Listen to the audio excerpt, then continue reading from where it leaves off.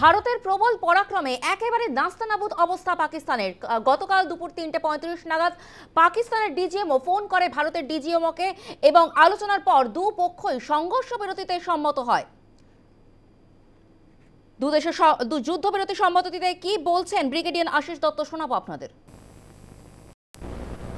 Dialogue initial by the two DGMOs. Since DGMOs are not authorized to take a decision, this is request was conveyed. And if it is by Martin President or US President, then as a veteran soldier, it is just unacceptable. He has got no locus standi between these two nations.